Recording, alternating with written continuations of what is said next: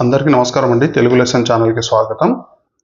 ఈ వీడియోలో మనము గత సంవత్సరం అంటే 2026 జూన్లో జరిగినటువంటి గత టెట్కు సంబంధించినటువంటి ప్రశ్నపత్రాన్ని ఒకసారి విశ్లేషించుకుందామండి. ఇది పేపర్ 2 క్వశ్చన్ పేపర్, కానీ పేపర్ 1 వాళ్ళు కూడా దీన్ని చూసుకోవచ్చు. ఎందుకంటే దాదాపుగా ఇదే సిలబస్ ఉంటుంది, ఇదే రకంగా ప్రశ్నపత్రం ఉంటుంది కాబట్టి చూసుకోవచ్చు. ఒక్కసారి చూడండి, ప్రశ్నపత్రాన్ని నేను చదువుతాను. చదివిన తర్వాత మీరు ఒకసారి టిక్కులు పెట్టుకోండి. పెట్టుకున్న తర్వాత మళ్ళీ ఒకసారి మనము ఆన్సర్స్కి వెళ్దాం. ముందు క్వశ్చన్స్ అవుతానండి. ఇక్కడ మనకు 4 ప్రశ్నలు వస్తాయండి. ఇవి కింది పద్యాన్ని చదవండి, 31 నుండి 34 వరకు ప్రశ్నలకు జవాబులు రాయండి. ఇది మనకు 4 ప్రశ్నలు ఉంటాయి, 4 జవాబులు ఇక్కడ మనం రాయవలసి ఉంటుంది. ఇక్కడ ఏమంటున్నాడు చూడండి. హర్తకు గాదు గోచరం అహర్నిశమున్ సుఖపుష్టి సేయు సత్కీర్తి ఘటించు విద్యయను దివ్యధనంబు అఖిలార్ధ కోటికిన్ పూర్తిగా నిచ్చినన్ పెరుగున్ పోదు యుగాంతపు వేలనైనన్ భూభర్తలు తద్దనాదికుల పట్టున గర్వము మానుటొప్పగున్. చదివేటప్పుడే మనము విడదీసుకొని చదవాలండి. విడదీసుకొని చదివితే ఏమవుతుందంటే మనకి ఈజీగా అర్థం అవుతుంది. ఇక్కడ ఏమంటున్నాడు, హర్తకు కాదు గోచరం. హర్త ఇది తావొత్తండి. హర్త అంటే హరించువాడు. హరించువాడు అంటే దొంగిలించేవాడు. దొంగిలించేవాడు ఎవరు? దొంగ. దొంగకు కూడా కాదు. ఏం కాదు? గోచరం. గోచరం అంటే కనిపించడం. దొంగకు కూడా కనిపించదు, దొంగకు కనిపించదు. అహర్నిశమున్, అహస్సు అంటే పగలు, నిశ అంటే రాత్రి. పగలు రాత్రి సుఖపుష్టి సేయు, సుఖాన్నిస్తుంది. సత్కీర్తి ఘటించు, గొప్ప కీర్తినిస్తుంది, మంచి కీర్తినిస్తుంది, గౌరవాన్నిస్తుంది. విద్యయను దివ్యధనము, విద్య అనే దివ్యధనము. అంటే విద్య అనేది ఒక గొప్ప ధనం లాంటిది. అది దొంగిలించలేడు. పగలు రాత్రి మనకు సుఖాన్ని ఇస్తుంది, గొప్ప పేరును తెస్తుంది. ఎవరికి?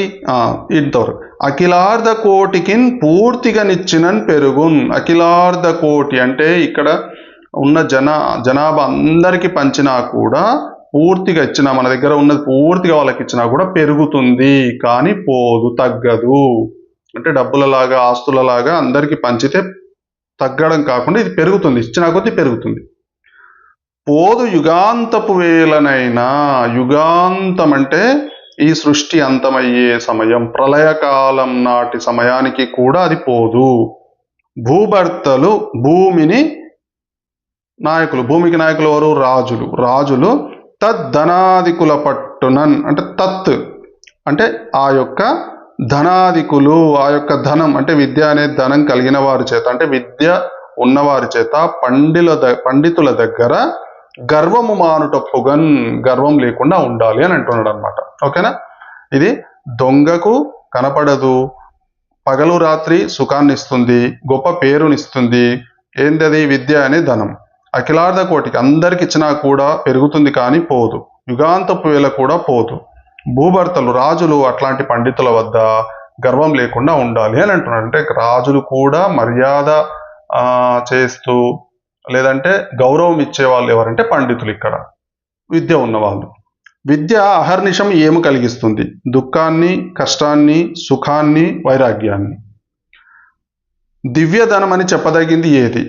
దివ్యధనం అని దేన్ని అంటున్నాం? మూలధనం, విద్య, భూమి, ఆభరణాలు. విద్య ఎప్పటి వరకు నిలిచి ఉంటుంది? 100 సంవత్సరాలు, 1000 సంవత్సరాలు, యుగాంతం 10 సంవత్సరాలు. నెక్స్ట్ చూడండి. భూభర్తలు ఎవరి పట్ల గర్వాన్ని చూపకూడదు? వ్యాపారులు, పండితులు, క్షత్రియులు, ధనవంతులు. మీరు టిక్కులు పెట్టుకోండి. ఒకవేళ ఇది తొందరగా వీడియో అవుతుంది అనుకుంటే పాజ్ చేసుకొని టిక్కులు పెట్టుకోండి. ఒక నంబర్లు వేసుకోండి, ఒక 30 నెంబర్లు వేసుకుంటే మీకు ఈజీ అవుతుంది అనమాట. నెక్స్ట్ ఇక్కడ ఒక గద్యం ఇచ్చింది చూడండి. గద్యం చదివి దాని కింద 4 ప్రశ్నలు జవాబులు రాయాలి మనం. తెలంగాణ ప్రజలు వ్యవహరించే తెలుగు విశేషమైంది, ఎన్నో ప్రత్యేకతలు కలిగి ఉంటుంది. గ్రాంధికానికి జాను తెలుగుకు దగ్గరగా వ్యాకరణ ప్రమాణాలతో కూడి ఉంటుంది. జాను తెలుగు అంటే జనాలు మాట్లాడే తెలుగు, అంటే ప్రజల వ్యవహారంలో ఉండేదని అర్థం. తెలుగులో తొలి ప్రాచీన కందపద్యాలు బొమ్మలగుట్ట శాసనంలో లభించి క్రీస్తు శకం 9వ శతాబ్ది నాటికే ఛందోబద్ధ సాహిత్యం ఉన్నదని నిరూపిస్తున్నాయి. తెలంగాణలో 9వ శతాబ్దం నాటికే కందపద్యాలు ఉండడం వలన అక్కడ ఛందోబద్ధ సాహిత్యం ఉందని తెలుస్తుంది. కన్నడంలో తెలుగులో పద్యాలు రాసిన పంప మహాకవి చరిత్ర తెలంగాణకు గర్వకారణం. ఈ పంప కన్నడంలో కూడా గ్రంథాలు రాశాడు, తెలుగులో రాశాడు. అంటే ఆ కాలంలోనే 2 భాషల్లో పద్యాలు రాసినటువంటి వ్యక్తి. మల్యరేచన రచించిన కవిజనాశ్రయం తెలుగులో తొలి ఛందో గ్రంథం, ఛందస్సును తెలియజేసే గ్రంథం కవిజనాశ్రయం. వృషాధిప శతకం పేరుతో తొలి శతకాన్ని పాల్కురికి సోమన రచించాడు. సామాజిక చైతన్యానికి దేశీయ రచనలకు బీజం వేసిన పాల్కురికి సోమన తెలంగాణ ఆదికవి. ఇది గుర్తుపెట్టుకోండి, తెలంగాణలో ఆదికవి ఎవరు? పాల్కురికి సోమన. ఆదికవి నన్నయ్య అనేది ఇన్ని రోజులు మనకు తెలుసు, అది తెలుగులో, అంటే ఉమ్మడి తెలుగులో. మన తెలంగాణ వరకు వచ్చేస్తే పాల్కురికి సోమన. తెలుగులో తొలి స్వతంత్ర రచన చేసిన కవి. జానపద, సాంప్రదాయిక, ప్రజాస్వామిక సాహిత్యాలు తెలంగాణలో విస్తృతంగా వర్ధిల్లినాయి. ఇది గద్యం. ఈ గద్యం ఆధారంగా మనం ప్రశ్నలకు జవాబులు రాయాలి. చూడండి ఒకసారి. తెలుగులో తొలి ఛందో గ్రంథం ఏది? కవిజనాశ్రయం, కావ్యాలంకార సంగ్రహం, అప్పకవీయం, కవిరాజ విరాజితం.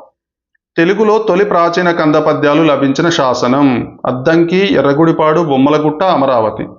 వృషాధిప శతకకర్త ఎవరు? వేమన, సోమన, గోనబుద్ధారెడ్డి, కేతన. కన్నడం, తెలుగులో పద్యాలు రాసిన కవి ఎవరు? మల్యరేచన, పొన్నగంటి తెలగన, పొన్నకవి, పంపకవి. ఈ నెక్స్ట్ భాషాంశాలండి. నెక్స్ట్ జవాబులకు మళ్ళీ వద్దాము, అంటే మిగతా ప్రశ్నలు కూడా చూద్దాం. జవాబులు ఇవి భాషాంశాలకు సంబంధించినవి. ఓకేనా? చిన్నప్పుడే అనే కథ అల్వారు స్వామిచే రచించబడింది. ఇది ఏ వాక్యం? సామాన్య, కర్మని, కర్తరి, సంయుక్త. బై మిస్టేక్ నేను ఇక్కడ ఆన్సర్ చేశానండి, ఇది ఒక్కటి మీరు వదిలేసుకోండి. క్రింది వానిలో ఇంద్రగణం కానిది భ, త, య, ర. వ్యాకరణ పరిభాషలో వృద్ధులు అనగా ఏవి? వృద్ధులు అంటే అ, ఇ, ఈ, ఏ, ఐ, ఔ, ఉ. అన్య పదార్థ ప్రాధాన్యం గల సమాసం ఏది? బహువ్రీహి, ద్వంద్వ, రూపక, ద్విగు. ఏకలవ్యుడు అర్జునుడి వలె గురి తప్పని విలుకాడు. ఇందులోని అలంకారం ఏది? స్వభావోక్తి, ఉత్ప్రేక్ష, ఉపమ, అతిశయోక్తి. విహంగం అనే పదానికి అర్థం విమానం, వస్త్రం, వసుధ, పక్షి. క్షుత్తు, బుభుక్ష పర్యాయ పదాలుగా గల పదం కత్తి, ఆకలి, భిక్ష, కంఠం. అర్థం పదానికి నానా అర్థాలు. ధనం శబ్దార్థం, ఆకాశం ధనం, వర్షం శబ్దం, ఆకృతి కారణం. సృష్టి ఆది నుండి ఉన్న నీరు వ్యుత్పత్తి అర్థంగా కల పదం. ఉత్పత్తి అర్థం సృష్టి ఆది నుండి ఉన్న నీరు. కన్నీరు, పన్నీరు, మున్నీరు, మానేరు. మరాలము అనే పదానికి అర్థం చిలుక, కోయిల, నెమలి, హంస. జానపద సాహిత్యంలో అలంకార విధానంపై పరిశోధన రాసిన వారు బిరుదురాజు రామరాజు, రుక్నుద్దీన్, నాయని కృష్ణకుమారి, కసిరెడ్డి వెంకటరెడ్డి. కింది వాటిలో నన్నయ్య కవితా లక్షణం కానిది? అక్షర రమ్యత, ఉద్దండలీల, ప్రసన్న కథ, కవిదార్థయుక్తి, నానారు రుచిరార్థ సూక్తి నిధిత్వం. యయాతి చరిత్ర కావ్య రచయిత పొన్నెగంటి తెలగన, రఘునాథ నాయకుడు, కందుకూరి రుద్రకవి, అల్లసాని పెద్దన. నా జైలు జ్ఞాపకాలు, అనుభవాలు ఎవరి ఆత్మకథ? ఉన్నవ లక్ష్మీబాయమ్మ, దుర్గాబాయి దేశ్ముఖ్, టిఎన్ సదాలక్ష్మి, సంగం లక్ష్మీబాయి. నారాయణ శతకకర్త ఎవరు? ధూర్జటి, యదావాక్కుల అన్నమయ్య, పోతన, మారద వెంకయ్య. తెలంగాణ భీష్ముడిగా పేరు పొందిన రచయిత ఎవరు? జమలాపురం కేశవరావు, దేవులపల్లి రామానుజరావు, ఆదిరాజు వీరభద్రరావు, కొండా లక్ష్మణ్ బాపూజీ. నెక్స్ట్ ఇక్కడ చూడండి, సారీ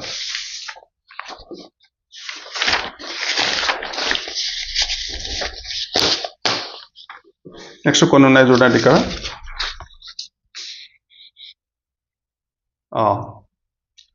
ఇది మెథడాలజీ అండి. మెథడాలజీ ఉన్నత పాఠశాల స్థాయి తెలుగు వాచకాలలోని పాఠ్యాంశాలు వీటి ఆధారంగా పొందుపరచబడినవి. వ్యాకరణ ప్రాధాన్యతలు, ఇతివృత్తాలు, ప్రాచీన గ్రంథాలు మాత్రమే, సంస్కృత అనువాదాలు మాత్రమే. అంటే ఏ అంశం ఆధారంగా ఇక్కడ తెలుగు వాచకాలు రూపొందించడం జరిగింది. వ్యాకరణ బోధనలో ముందుగా కొన్ని ఉదాహరణలు ఇచ్చి వాటి ఆధారంగా విద్యార్థుల చేతనే సూత్రాలను రాబట్టడాన్ని ఈ పద్ధతి అంటారు. అంటే ఉదాహరణల నుంచి సూత్రాలు రాబట్టాలి. నిగమన పద్ధతి, విరమణ పద్ధతి, ఆగమన పద్ధతి, సవరణ పద్ధతి. భాషా బోధనలో ప్రకల్పన పద్ధతి దీన్ని ప్రోత్సహిస్తుంది. ప్రకల్పన పద్ధతి దీన్ని ప్రాజెక్ట్ పద్ధతి అంటారు. ఉద్యమ పద్ధతి, ప్రాజెక్ట్ పద్ధతి అని. స్వీయ అభ్యసనం, బట్టి అభ్యసనం, యాంత్రిక అభ్యసనం, కృత్రిమ అభ్యసనం. విద్యార్థి చేసిన పొరపాట్లను అభ్యసనంలో భాగంగా చూసేది. ప్రవర్తనవాదం, నిర్మాణవాదం, అనుకరణవాదం, సంప్రదాయవాదం. క్రింది వాటిలో గ్రహణాత్మక నైపుణ్యం భాషణం మాత్రమే, శ్రవణం మాత్రమే, లేఖనం మాత్రమే, లేఖనం మరియు భాషణం. గ్రహణం అంటే తీసుకునేది. మౌన పఠనం ప్రధానంగా దీనిని పెంపొందిస్తుంది. మౌన పఠనం, ఉచ్చారణ, అర్ధగ్రహణం, శ్రవణం, భాషణం. ఇవి అండి ప్రశ్నలు. ఇవి 30 ప్రశ్నలు. ఒక్కసారి వీటి జవాబులను మనము చూద్దాం.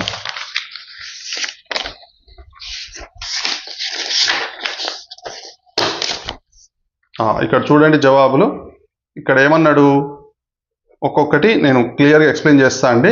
వీడియో చివరి వరకు చూడండి. జవాబులను ఎలా గుర్తుపెట్టుకోవాలి అని కూడా చెప్తాను. అలా కాకుండా మీకు ఒక ప్రశ్నకు 4 ఆప్షన్స్ ఇచ్చినప్పుడు ఒకటి జవాబు అవుతుంది. మిగతా 3ంటికి ఏ ప్రశ్నలు మనం వస్తాయో అది కూడా చూద్దాం. ఓకేనా?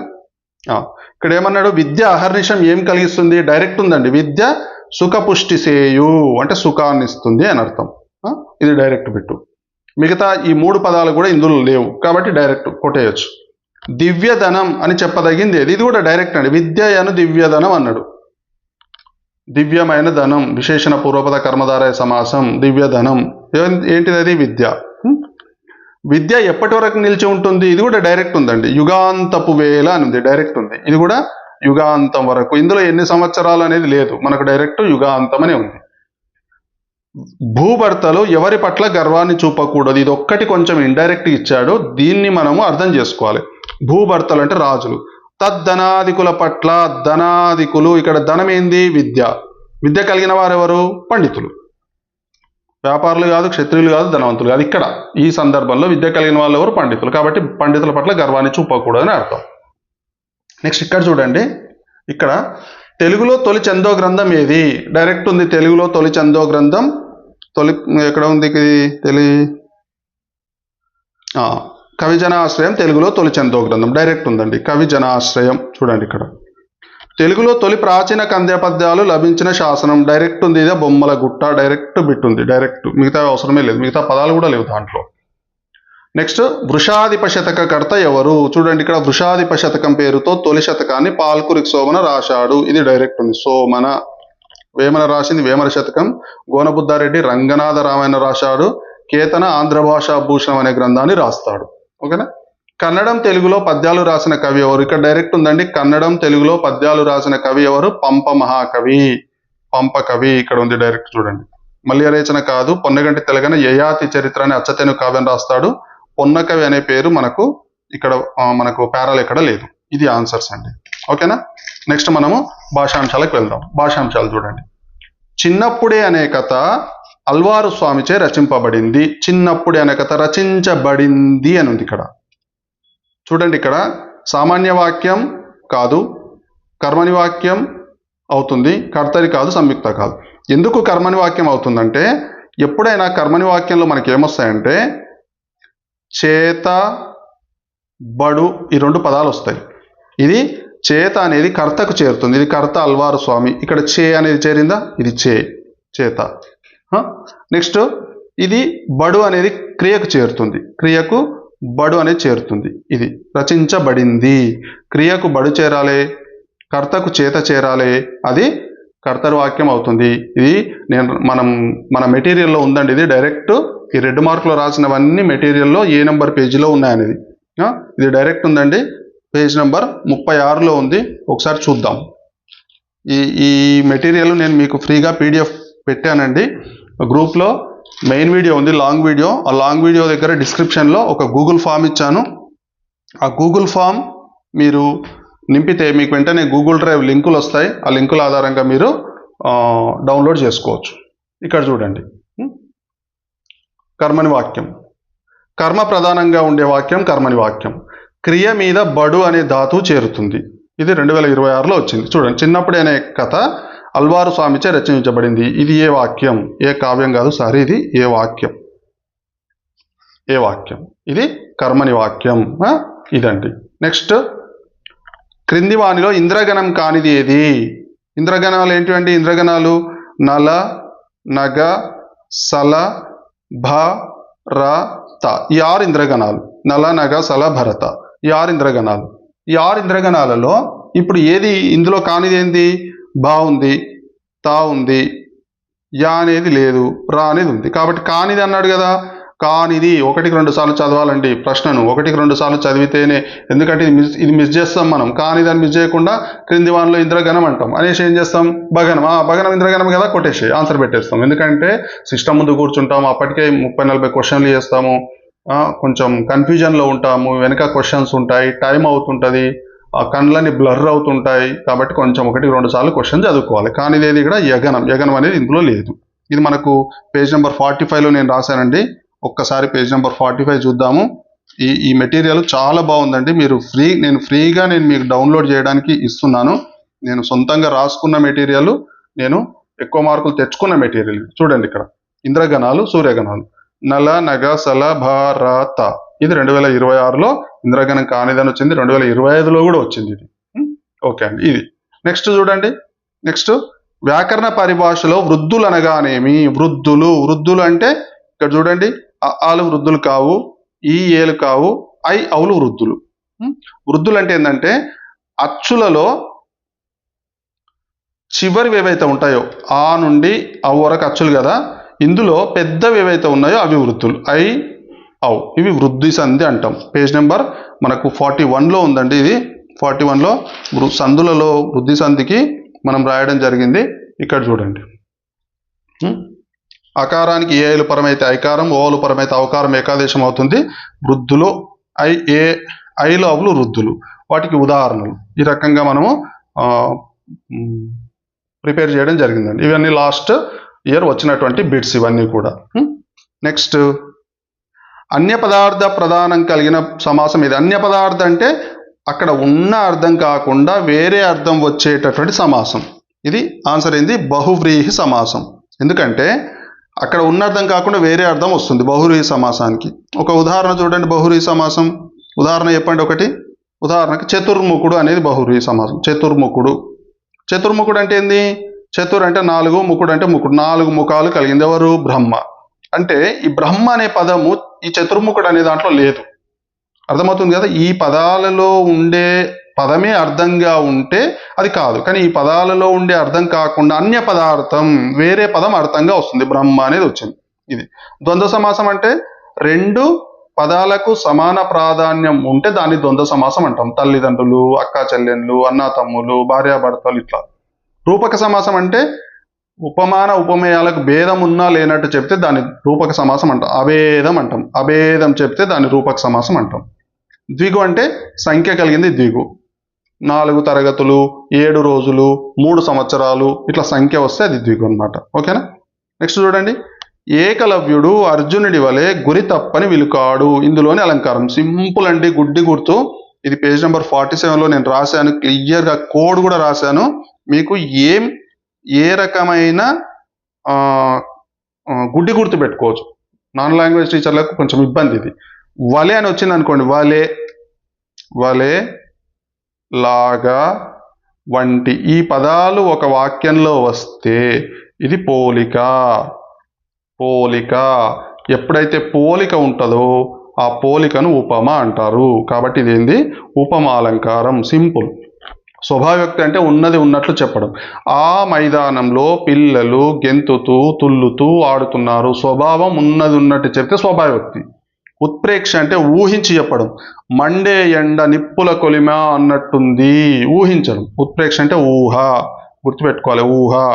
ఉపమ అంటే చెప్పుకున్నాం, వాళ్ళే పోల్చడం. అంటే ఏకలవ్యుణ్ణి ఎవరితో పోల్చిండు? అర్జునుడితో పోల్చిండు, అర్జునుడి వాళ్ళే అని పోల్చిండు. అతిశయోక్తి అంటే ఉన్నదానికంటే ఎక్కువ చెప్పడం. మా ఊరి చెరువు సముద్రం అంతా ఉంది, అట్లా ఎక్కువ చెప్పడం. ఇది 47లో ఉందండి. ఒకసారి 47 చూడండి. ఇక్కడ 47లో ఇది ఇక్కడ చూడండి. ఏకలవ్యుడు అర్జునుడి వలె గురి తప్పని విలుకాడు. ఉపమేయము ఉపమానము ఈ కోడ్స్ అండి. లాగా వలె ఈ 2 ఉంటే ఉపమా అని అర్థం అనమాట. వలె చంద్రబింబము వలె, అర్జునుడి వలె ఇట్లా ఉంటే దీన్ని ఏమంటామంటే ఉపమాలంకారం అంటాం. నెక్స్ట్ చూడండి. నెక్స్ట్ ఏంది? విహంగం అనే పదానికి అర్థం. విహంగం అనే పదానికి అర్థం విమానం, వస్త్రం, వసుధ, పక్షి. చూడండి, విహంగం అంటే విహంగం అంటే అర్థమైంది పక్షి.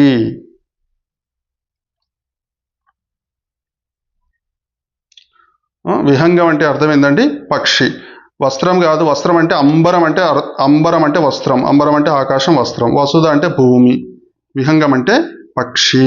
ఇది పేజ్ నెంబర్ 20లో ఉంది చూడండి, నేను రాశాను. ఇది పేజ్ నెంబర్ 20, ఇది 20లో ఇక్కడ ఉంది చూడండి, విహంగం అనేది ఇక్కడ ఉంది. ఇది చూడండి, ఇందులో ఉదాహరణకు ఈ ఒక్క పేజీ చూడండి, మీకు ఒక ఐడియా వస్తుంది. ఇవన్నీ వచ్చినాయండి 26లో వచ్చినాయి, ఇవన్నీ కూడా 26లో వచ్చినాయి. ఇదంతా ఒక మంచి మెటీరియల్ అండి. మీరు కావాల్సిన వాళ్ళు ఈ ఛానల్ సబ్స్క్రైబ్ చేసుకొని దయచేసి గూగుల్ ఫామ్ ఒకటి నింపితే మీకు ఆటోమేటిక్గా గూగుల్ డ్రైవ్ లింకులు వస్తాయి. ఆ లింకుల ఆధారంగా మీరు డౌన్లోడ్ చేసుకోవచ్చు. నెక్స్ట్ చూడండి, క్షుత్తు బుభుక్ష అనే పర్యాయ పదాలు కలిగిన పదం. క్షుత్తు అంటే ఆకలి, సింపుల్గా. బుభుక్ష అంటే కూడా ఆకలి, డైరెక్ట్ బిట్ ఇది. నెక్స్ట్, అర్థం అనే పదానికి నానా అర్థాలు. అర్థం అర్థం అర్థం అర్థం అంటే ఒకటి శబ్దార్థం, ఇంకొకటి అర్థం ఉందా, అర్థవంతులు, అర్థం కలిగిన వాళ్ళు. ఎవరు వాళ్ళు? ధనవంతులు. ఈ రెండు మీనింగ్ ఏంది? ఇది ధనం. ఇది పేజ్ నెంబర్ 23లో ఉంది. నేను అన్ని మీకు చూపిస్తానండి. 22లో 23లో, ఇగో 23లో నేను రాశానండి అర్థం. డైరెక్ట్ ఇంపార్టెంట్ రాసాను, అది తగిలింది 26లో. డబ్బు, కారణం, ప్రయోజనం. అర్థం అంటే శబ్దార్థం కూడా ఒకటి వస్తుంది ఇక్కడ. ఓకేనా? నెక్స్ట్, సృష్టి ఆది నుండి ఉన్న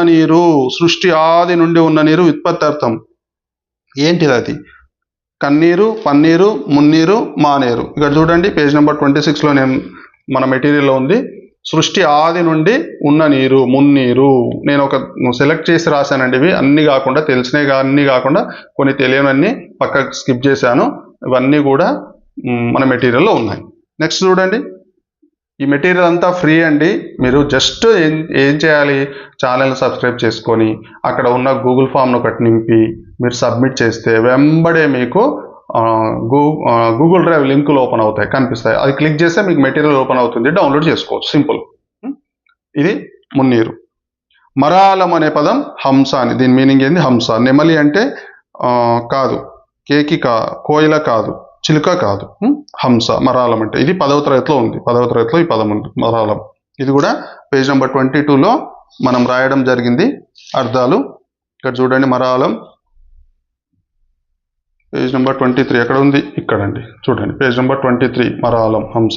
ఇప్పటి వరకు ఈ మెటీరియల్ దాదాపుగా 1200 మందికి నేను పంపడం జరిగిందండి. నెక్స్ట్, జానపద సాహిత్యంలో అలంకార విధానంపై పరిశోధన చేసిన వారు. డైరెక్ట్ బిట్ ఇది రుక్నుద్దీన్. బిరుదురాజు రామరాజు కాదు, నాయని కృష్ణకుమారి కాదు, కసిరెడ్డి వెంకటరెడ్డి కాదు. ఇది పేజ్ నెంబర్ 6లో ఉంది. అంటే మన మెటీరియల్ నేను చెప్పేది. మీరు అన్ని పుస్తకాలు తిరిగేయవలసిన అవసరం లేదు.